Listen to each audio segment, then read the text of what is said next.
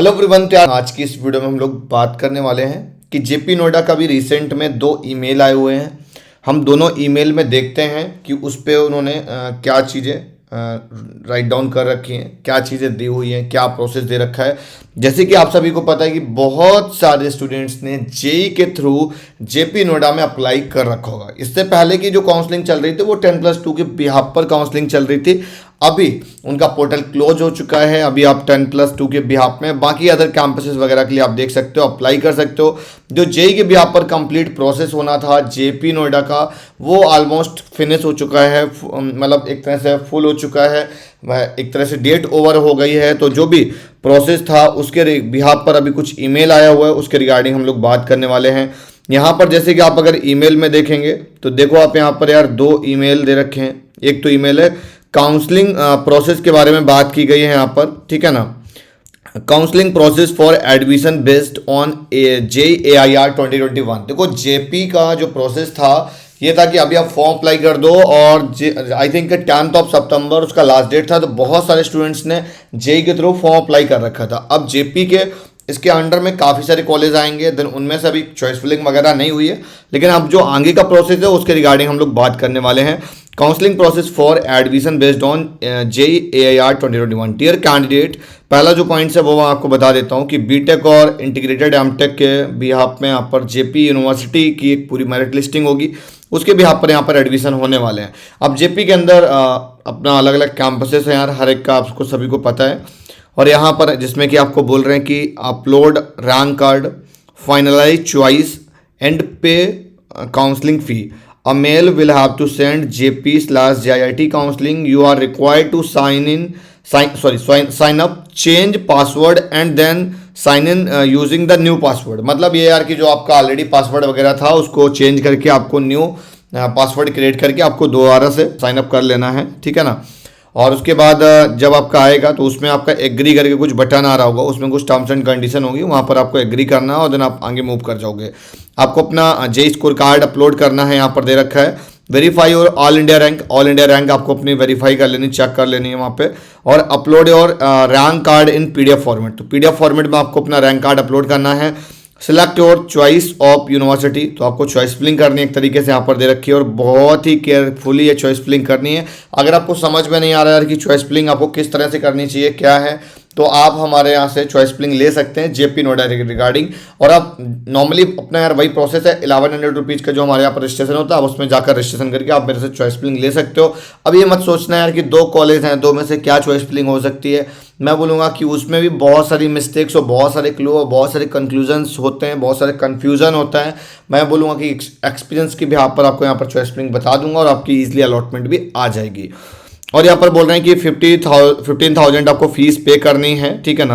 Amount will be adjusted against academic fee of semester if admission is offered else will be refunded. तो अगर आपको admission वहाँ पे मिल जाता है तो देन आपका वो फीस कहीं ना कहीं अकाउंट में मतलब जो आपका फीस होगा, टोटल फीस होगा, उसमें से यह 15,000 रुपये आपका डिडक्ट हो जाएंगे, अदरवाइज रिफंडेबल हो जाएगा। Note that your selected options will freeze once payment is proceed once frozen. मतलब कि जो फ्रीज वाला ऑप्शन होगा, एक बार फ्रीज हो गया तो आप उसको चेंज नहीं कर सकते हैं। अगर पेमेंट वगैरह करके आपने प्रोसेस करके उसको कर दिया फ्रीज, तो देन फिर कुछ चेंज नहीं होगा, ठीक है ना। और फिर उसके बाद में उन्होंने बोला है कि आपको जो आप 15,000 की पेमेंट वगैरह करोगे उसकी स्लिप आप रख लेना। फी डिपॉजिट रिसिप्ट उन्होंने बोला है उसकी डिपॉजिट करने की, और साथ ही साथ चॉइस फिलिंग की भी प्रायोरिटी यहाँ पर कर लेना, ठीक है ना। उसके बाद एलोकेशन ऑफ सीट अलॉटमेंट को लेकर इन्होंने पूरा प्रोसेस ले रखा है, जल्दी से देख लेते हैं। Seats will be allotted based on your choice, relative merit and available vacancies. Mail will be sent to check counselling portal. You must log in through the same signing ID and password. जो login ID password था वो आपको पे करना होगा, मतलब log in करना होगा। You will be shown the allocation of seat. Here you are required to confirm the allocation status by clicking I accepted button। तो वहाँ पर यार दे रखा होगा कि जो आपको अलॉटमेंट आएगी वहाँ पर शो कर दिया जाएगा। फिर उसके बाद में एक्सेप्ट और रिजेक्ट का ऑप्शन आए, मतलब एक्सेप्ट करने का ही बेसिकली ऑप्शन आता है, तो आई एक्सेप्टेड करके आप प्रोसेस करोगे। फिर आपको 35,000 की पेमेंट और करनी होगी आफ्टर अलॉटमेंट, समझ गए। तो सेम प्रोसेस है 10+2 की तरह ही है। फिर आपको वहाँ से जो सक्सेसफुली पेमेंट जनरेट होगा उसका आपको स्लिप रखना होगा, मैं बोलूँगा, और आप वहाँ से ऑफर लेटर अपना डाउनलोड कर सकते हो। उसके बाद में जो नेक्स्ट पॉइंट है, if you have confirm your status by paying the required fees and you still have some higher priority in waiting list. अगर हो सकता है ऊपर की प्रायोरिटी में से वेटिंग लिस्ट अगर दे रखा होगा, you will be again to consider in the next round of counselling for upgradation. You may be upgraded to higher priorities of choices based on existing choices, your relative merit and your priority of choice. No fees is to be paid for upgradation। तो मतलब कि ये है कि आपने जैसे 35,000 रुपये पे कर दिया, उसके बाद अपग्रेडेशन के लिए आपको कोई भी फीस नहीं पे करनी है, और आप नेक्स्ट राउंड में आपका जो वेटिंग लिस्ट होगा उसमें आप हायर प्रायोरिटी के लिए जो ऊपर की चॉइसेस होंगी उनके लिए अपग्रेड करेगा। इट्स मीन जो आपकी 3rd नंबर की फॉर एग्जाम्पल कोई चॉइस फिलिंग अलॉट हुई है तो ऊपर की चॉइसेस में से वो स्क्रॉल करके आएगा। और उसके बाद अगर मैं यहाँ पर बात करूँ कि however if you are allotted a seat and do not confirm the allocation by due date, you will not be eligible for further counseling। जो ड्यू डेट दे रखी होगी अगर उसके बिहाफ पर अगर आपने फीस वगैरह नहीं पे की तो देन आप काउंसलिंग में एक तो विड्रॉ हो जाओगे और दोबारा पार्टिसिपेट नहीं कर सकते हो। एंड डिपॉजिट ऑफ काउंसलिंग फ़ी, जो आपने फीस जमा कर रखी 15,000 रुपये, वो आपकी रिफंडेबल हो जाएगी। ठीक है ना। तो यहाँ पर एक पॉइंट एक क्लियर हो गया कि आपको अगर अलॉटमेंट आ जाती है और देन अगर आप फिर भी फीस नहीं जमा करते होंगे कि 35,000, तो देन आपकी फीस जो 15,000 होगी वो रिफंडेबल हो जाएगी। If you are not allotted any seat, अगर आपको कुछ भी सीट अलॉट नहीं होता तो आप नेक्स्ट राउंड में ऑटोमेटिकली आप जा सकते हो। तीनों में वेटिंग लिस्ट वहाँ पर दिखा रहा होगा। और इन्होंने बोल रखा है कि यार जेपी का जो भी और भी ईमेल वगैरह आते हैं वो एक बार जरूर चेक कर लेना, क्योंकि स्पैम में चला आता है काफ़ी बार इनका मेल। तो आगे का जितना भी प्रोसेस होता है वो सारा का सारा इसी पर होने वाला है, तो उसके लिए आपको थोड़ा सा ध्यान रखना है।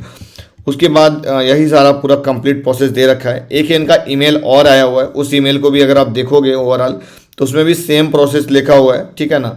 तो यार आज की वीडियो यहीं तक, और आई होप आपको वीडियो समझ में आ गई होगी कि आपको अपना रैंक कार्ड शॉर्ट में बता दूं, अपने ऑल इंडिया रैंक वहाँ पर वेरीफाई करनी है और मतलब एक तरह से अपना रैंक स्कोर कार्ड अपलोड करना है। उसके बाद में आपको चॉइस फिलिंग करनी है और देन 15,000 की पेमेंट करनी है। फिर आप उसको सबमिट कर देंगे और सबमिट करने के बाद आप उसको चेंज नहीं कर सकते हैं। फिर उसके बाद में आपको साइन अप करके वो बताया था ना, वो पासवर्ड वगैरह चेंज करने के बाद ही सारा प्रोसेस करना है। उसके बाद में अगर आपकी चॉइस अलॉटमेंट आ जाती है तो देन आई एक्सेप्टेड करके आपको 35,000 की पेमेंट करनी है। देन आप नेक्स्ट राउंड में मूव कर जाओगे।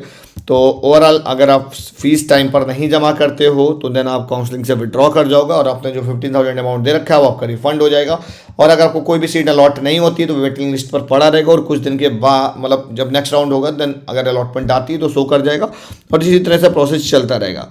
तो आई होप आप सभी को वीडियो पसंद आई होगी। चैनल पर फर्स्ट टाइम आए हो तो ज़रूर सब्सक्राइब करेगा।